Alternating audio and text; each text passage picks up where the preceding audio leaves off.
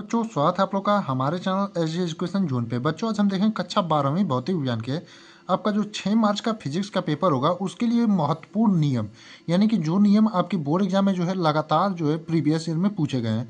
और 6 से 7 जो आपके नियम हैं जो कि बोर्ड एग्जाम में लगातार पूछे जाते हैं, जिनमें से सबसे पहला जो आपका नियम है वो है कूलाम का नियम। यानी कि क्या होता है कूलाम का नियम, और यहाँ से जो है आपका बोर्ड एग्जाम में लगातार क्वेश्चन बनता रहता है और प्रीवियस ईयर में जो है लगातार पूछा भी गया है। तो इसी प्रकार से आपका 6 से 7 नियम है जो कि महत्वपूर्ण है आपके बोर्ड एग्जाम में। उन सब की बारी बारी से बात करेंगे। सबसे पहले देखेंगे आपका कूलाम का नियम। तो आइए देखते हैं आपका क्या होता है कूलाम का नियम। दो स्थिर बिंदु आवेशों के मध्य कार्यरत बल आवेशों Q1 व Q2 के गुणनफल के अनुपाती तथा उनके मध्य दूरी r के वर्ग के व्युत्क्रमानुपाती होता है। यानी कि इसका मतलब होता है दो स्थिर बिंदु आवेशों, यानी कि मान लीजिए आपका कोई आवेश है Q1, वह यहाँ से आपका मान लीजिए यहाँ Q2 है, और इनके बीच जो है दो आवेशों की जो है गुणनफल की जो बल है वो क्या है अनुपाती है, और उनके बीच की जो इनके बीच की दूरी है Q1 और Q2 की उसके व्युत्क्रम के वर्ग के व्युत्क्रम के व्युत्क्रमानुपाती है। यानी कि जो आपका दो स्थिर बिंदु आवेशों के मध्य कार्यरत बल आवेशों Q1 व Q2 के गुणनफल के अनुक्रमानुपाती तथा उनके मध्य दूरी r के वर्ग के व्युत्क्रमानुपाती होता है। तो यही जो है आपका होता है कूलाम का नियम। तो इसका सूत्र देखेंगे तो आपका हो जाएगा यफ जो होगा किसके अनुक्रमानुपाती होगा तो Q1 व Q2 के, और व्युत्क्रमानुपाती किसके होगा तो दूरी के वर्ग के। F is directly proportional to 1/r²।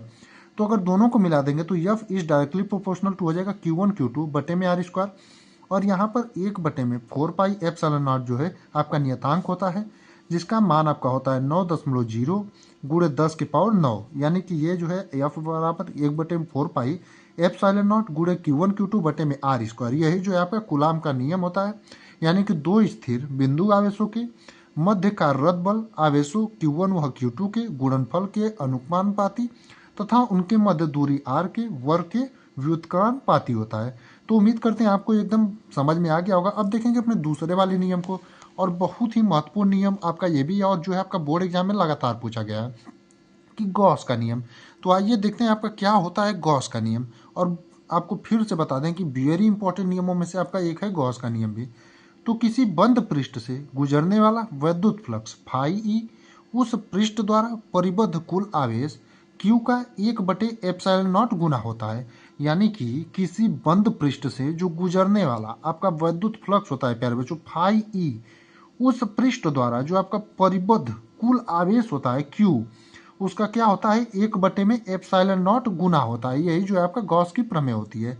तो फाई ई बराबर हो जाएगा आपका Q/ε0, और यही जो है आपका बंद फाई ई बराबर का आपका जो क्लोज इंटरवल होगा E/dA बराबर आपका Q/ε0 होगा, जहाँ ये ε0 जो है आपका निर्वात या वायु की वैद्युतशीलता है। तो एक बार इसको फिर से देख लेते हैं क्या होता है आपका गॉस का नियम।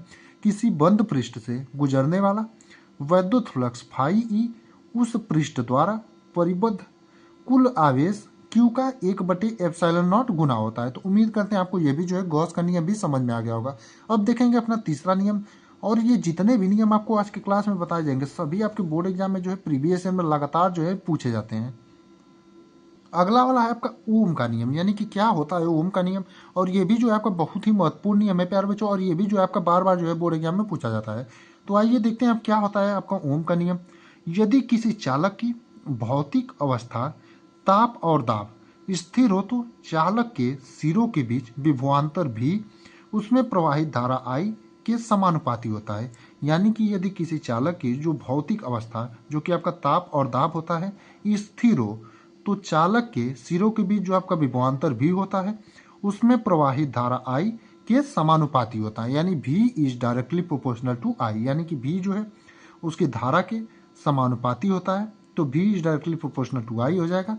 अब इसी को R जो होता है आपका नियतांक होता है जिसे वैद्युत प्रतिरोध कहते हैं। तो V बराबर आपका हो जाएगा RI, और R बराबर जब इसी से निकालेंगे तो V बटे में I हो जाएगा, जहां R क्या होता है आपका चालक का वैद्युत प्रतिरोध होता है। यानी कि R आपका चालक का वैद्युत प्रतिरोध होता है, और यही आपका सूत्र हो जाएगा, जहां से आपका यदि किसी चालक की भौतिक अवस्था ताप और दाब स्थिर हो तो चालक के सिरों के बीच विभवांतर भी उसमें प्रवाहित धारा के समानुपाती होता है। तो ये आपका समानुपाती हो गया, R नियतांक का काम करेगा, और R बराबर जब निकालेंगे तो आपका V बटे में I हो जाएगा।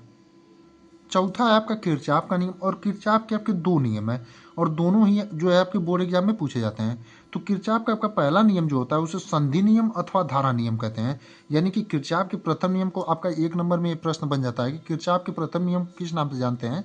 तो किरचॉफ के प्रथम नियम को संधि नियम अथवा धारा नियम के नाम से जानते हैं, और ये जो है आवेश संरक्षण का जो नियम है उस पर लागू होता है, यानी कि उसका पालन करता है। जैसे किसी परिपथ में किसी भी संधि पर मिलने वाली धाराओं का जो बीजगणित योग्य होता है वो शून्य होता है। यानी कि किसी परिपथ में जो है किसी भी संधि पर जो मिलने वाली धाराएं होती हैं उनका बीजगणित योग्य क्या होता है, शून्य होता है। जैसे मान लीजिए आपका ये कोई परिपथ है, यहाँ पर कोई I1 धारा आ रही है और कोई I2 धारा यहाँ से निकल रही है और I3 आ रही है और I4 आपका निकल रही है, तो इनका जो बीजगणित योग्य होगा यानी सिग्मा I बराबर आपका क्या हो जाएगा, 0 हो जाएगा। नोट करके आप लोग जो है लिख लीजिएगा कि संधि की ओर आने वाली धारा जो होती है धनात्मक होती है, यानी कि ये संधि की ओर जो आती हैं धाराएं, ऐसे जो आ रही हैं, जैसे संधि की ओर जो आ रही हैं वो आपकी धनात्मक होती हैं, और जो संधि से दूर जाती हैं, जैसे आपका दूर जैसे निकल रही हैं, तो वो संधि से दूर जाने वाली धारा जो होती है आपकी ऋणात्मक होती हैं। अब अगला यानी दूसरा वाला जो आपका किरचॉफ का नियम है कि लूप नियम अथवा इसी को क्या कहते हैं, वोल्टता नियम, यानी लूप नियम अथवा वोल्टता नियम किरचॉफ के द्वितीय नियम को कहते हैं, और ये जो है आपको ऊर्जा संरक्षण का पालन करता है।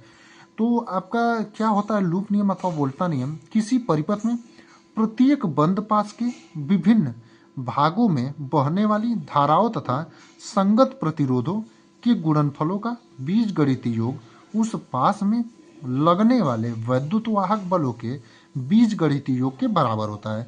यानी कि किसी परिपथ में जो है प्रत्येक बंद पास के विभिन्न भागों में बहने वाली जो धाराएं होती हैं प्यारे बच्चों तथा संगत प्रतिरोधों के गुणनफलों का बीजगणितीय योग जो होता है उस पास में लगने वाले वैद्युत वाहक बलों के बीजगणितीय योग के बराबर होता है। यानी सिग्मा IR बराबर क्या हो जाएगा, सिग्मा E हो जाएगा। तो यही आपका होता है लूप नियम अथवा वोल्टता नियम। अगला है आपका 5वां नंबर का फैराडे का विद्युत चुंबकीय प्रेरण का नियम, और फैराडे का जो विद्युत चुंबकीय प्रेरण का नियम है प्यारे बच्चों, इसमें भी आपके दो नियम आते हैं। तो आइए देखते हैं फैराडे के विद्युत चुंबकीय प्रेरण के नियम कौन कौन से हैं दोनों, और ये भी जो है आपका बोर्ड एग्जाम में लगातार पूछा जाता है। तो प्रथम नियम इसमें है फैराडे का, जिसको प्रथम नियम के ही नाम से जानते हैं। जब किसी परिपथ से बद्ध चुंबकीय फ्लक्स में परिवर्तन होता है तो उसमें एक विद्युत वाहक बल उत्पन्न हो जाता है। यदि परिपथ बंद है तो उसमें प्रेरित धारा बहने लगती है। यह धारा केवल तभी तक बहती है जब तक कि चुंबकीय फ्लक्स में परिवर्तन होता रहता है। यानी कि आपका प्रथम नियम जो होता है, जब किसी परिपथ से बद्ध चुंबकीय फ्लक्स में परिवर्तन होता है तो उसमें एक विद्युत वाहक बल उत्पन्न हो जाता है, और यदि परिपथ बंद है तो उसमें प्रेरित धारा बहने लगती है, और यह धारा केवल तभी तक बहती है जब तक कि चुंबकीय फ्लक्स में परिवर्तन होता रहता है। तो यही जो आपका प्यारे बच्चों फैराडे का प्रथम नियम है। अब आइए देखते हैं आपका द्वितीय नियम क्या है। तो द्वितीय नियम होता है प्रेरित विद्युत वाहक बल चुंबकीय फ्लक्स के परिवर्तन की ऋणात्मक दर के बराबर होता है। यानी कि जो आपका प्रेरित विद्युत वाहक बल जो होता है प्यारे बच्चों, वो फ्लक्स में परिवर्तन की ऋणात्मक दर के बराबर होता है। तो यही जो होता है आपका फैराडे का द्वितीय नियम होता है। तो उम्मीद करते हैं आपको फैराडे का प्रथम नियम भी समझ में आ गया होगा और द्वितीय नियम भी। तो ये भी जो है फैराडे का नियम भी बहुत ही इंपॉर्टेंट है और आपका बोर्ड एग्जाम में लगातार पूछा जाता है। अब अगला देखेंगे आपका लेंज का नियम, यानी विद्युत चुंबकीय प्रेरण में लेंज का नियम, यानी 6वें नंबर का। तो क्या होता है लेंज का नियम, और लेंज का नियम भी प्यारे बच्चों आपका बोर्ड एग्जाम में जो है लगातार पूछा जाता है और बहुत ही महत्वपूर्ण आपका ये भी नियम है। और इस क्लास में जितने भी 6 से 7 नियम बताए जाएंगे वो सभी आपके बोर्ड एग्जाम में लगातार पूछे जाते हैं। जैसे किसी परिपथ में प्रेरित विद्युत वाहक बल अथवा प्रेरित धारा की दिशा सदैव ऐसी होती है कि वह उस कारण का विरोध करती है जिससे वह स्वयं उत्पन्न होती है। इसे लेंज का नियम कहते हैं। यानी कि किसी परिपथ में प्रेरित विद्युत वाहक बल जो होता है, प्रेरित धारा की दिशा सदैव ऐसी होती है कि वह उस कारण का विरोध करता है प्यारे बच्चों, जिससे कि वह स्वयं उत्पन्न होता है, और इसी को जो है लेंज का नियम कहते हैं। यानी कि आप फिर से समझिए कि किसी परिपथ में जो प्रेरित विद्युत वाहक बल होता है अथवा जिसे प्रेरित धारा की दिशा सदैव ऐसी होती है कि वह उसी कारण का विरोध करती है जिससे वह स्वयं उत्पन्न होती है, और इसी को जो है लेंज का नियम कहते हैं। अब अगला वाला है आपका किसी धारावाही चालक के कारण उत्पन्न चुंबकीय क्षेत्र के संबंध में बायो-सेवर्ट के नियम का उल्लेख कीजिए। तो बायो-सेवर्ट का नियम भी आपका बार बार पूछा जाता है। तो बायो-सेवर्ट के नियमानुसार धारावाही चालक के कारण उत्पन्न चुंबकीय क्षेत्र डेल्टा बी बराबर म्यू नॉट बटे में 4 पाई इंटू आई डेल्टा एल साइन थीटा बटे में आर स्क्वायर होता है। और ये भी आपका जो है बार शॉर्ट का नियम का निगमन भी आपको अगर ये देखना होगा सूत्र का तो ये भी देख लीजिएगा, हमने पहले ही अपने चैनल पर बता रखा है। तो आपको जितने भी 7 नियम या 8 नियम बताए गए इस क्लास में सभी आपके महत्वपूर्ण हैं, तो आप 8 नियमों को एकदम बढ़िया से तैयार करिए, क्योंकि ये नियम जो है आपके बोर्ड एग्जाम में लगातार पूछे जाते हैं। और जो है आप लोग अपनी बोर्ड एग्जाम की तैयारी ऐसे ही करते रहिएगा और आपको इस चैनल पर रोज ऐसी वीडियो रोज मिलती रहेंगी।